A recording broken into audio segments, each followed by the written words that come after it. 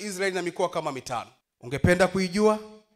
Israeli kipindi cha Yesu ilikuwa ina Galilaya, Samaria, Yudea, Perea na Dekapoli.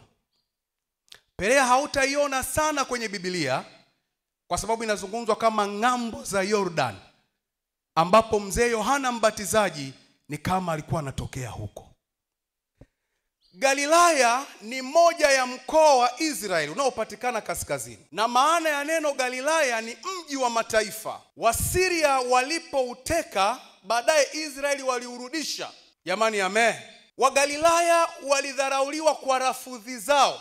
Haikufanana na watu wa Yudea, haikufanana na watu wa Yerusalemu kwa sababu walikuwa mchanganyiko. Lakini pia walidharauliwa kwa sababu ya huo mchanganyiko. Na Galilaya ilikuwa imegawanyika maeneo makuu mawili. Kulikuwa na Galilaya ya juu karibia na Lebanoni ambayo ilikuwa ina baridi mno, na kulikuwa kuna Galilaya ya chini ambayo Yesu Kristo ndiyo kitovu cha huduma yake. Galilaya ilikuwa imegawanyika maeneo kama 5 au 6. Eneo la kwanza liliitwa Nazareti ambapo Yesu alikuwa anaishi. Eneo la pili lilikuwa linaitwa Kana ya Galilaya ambapo Yesu ndio amefanya nini? Yupo kwenye sherehe. Eneo la tatu lilikuwa linaitwa Kapernaum ambapo makao makuu ya huduma ya Bwana Yesu. Eneo la 4 liliitwa Betsaida. Betsaida kulikuwa ni nyumbani kwa Petro, Andrea na Filipo. Yohana 1:44.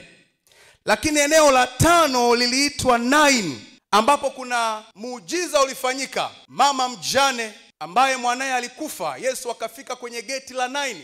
Ile ni Galilaya. Naini iliyo ndani ya wapi? Galilaya. Eneo la 6 Magdala, nyumbani kwa Mariam Magdalena.